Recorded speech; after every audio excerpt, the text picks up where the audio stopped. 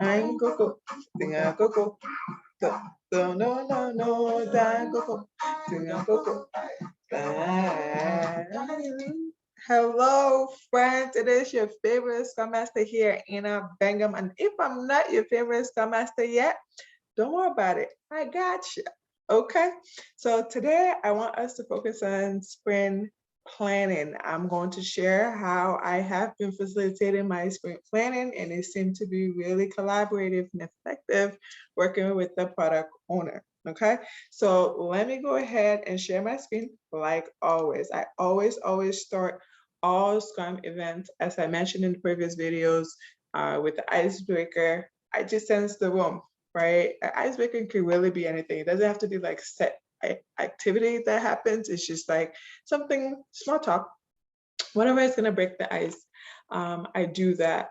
Right after that, I just tell the team, hey, we're going into our sprint planning right now. And then the product owner would take it along and just share, right, what the product roadmap is based on, just review ahead. This is what we took in for Q3. Right now, this is where we're at, and this is where I want to be. So we just assess where we've planned and if we're on track, and start having that early conversation as needed. It's really important. This is really important for continuous planning, and just having awareness to communicate to stakeholders if we know for sure we cannot make something, right? So another thing that we talk about is the sprint goal, right? What is the focus for the next two? And this is a discussion based on what we just reviewed, right, in the roadmap. It's a discussion between the team and the product owner to just make sure that we're on the same page. Once that is done, we'll start to get into our work. I really just showed the team, right? We talk about capacity, who's going to be here, who's not going to be here. And then we look at the velocity. For my team right now, it's net new, so we don't have any, we're probably not going to have anything to after like the fourth sprint for us. But if it's an existing team, you would calculate velocity.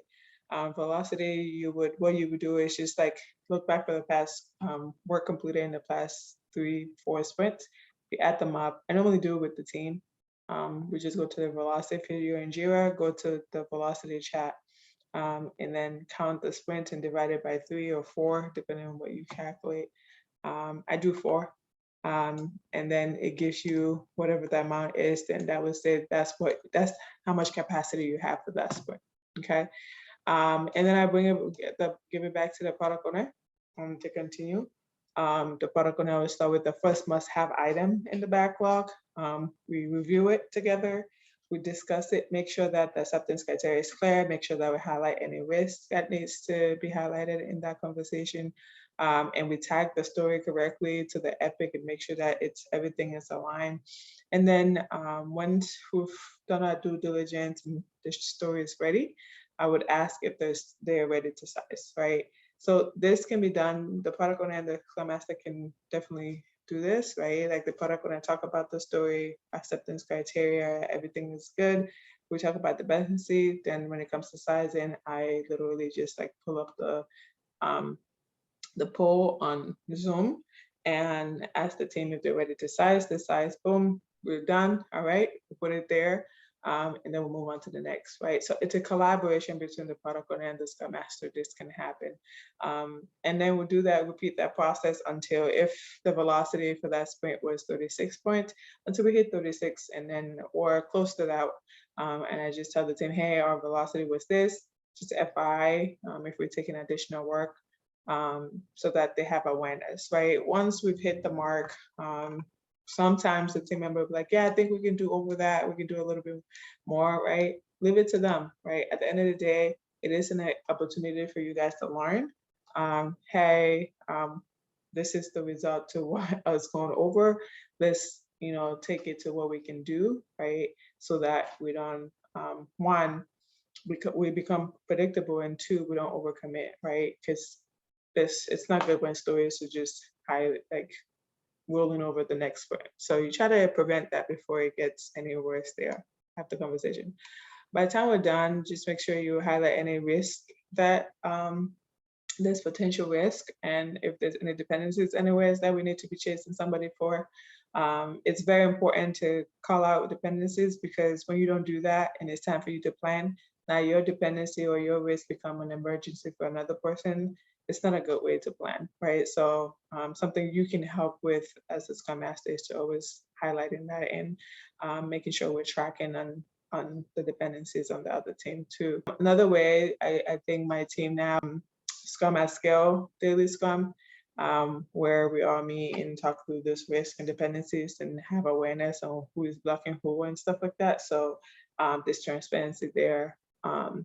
So I don't know if you guys have that in your organization, but if not, right, find opportunities or find ways that you're going to be managing those dependencies with your team.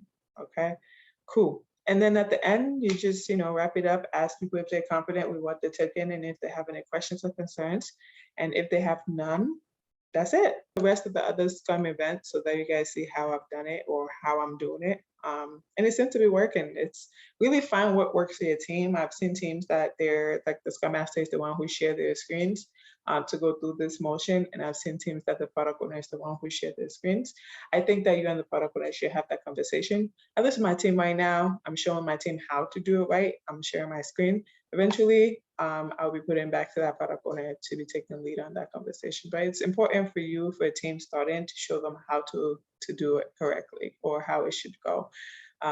Don't be quick to say, oh, product owner, take it, because what if they've never done it, right? So it might not be as fluent, and you want flow in your meetings or in your events, and you never want, gaps. So my goal is to make sure that I'm ready, prepared. I'm looking at the bigger picture before they get to that meeting to make sure that we're all on the same page and we're speaking the same language here. All right.